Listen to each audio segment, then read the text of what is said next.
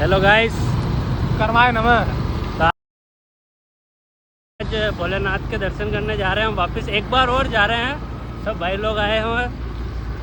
ये एसपी सर मनोज जी। इष्टदेवं नमामि सोमेश्वरं स्वतन्त्रं उमापतिं तं विजयं नमामि नमामि विघ्नेश्वर नन्दिनाथं। हाँ गाइस, फाइनली पेट्रोल भरवाने रुके हैं, तो पेट्रोल भरवा के फिर चलते हैं वापस।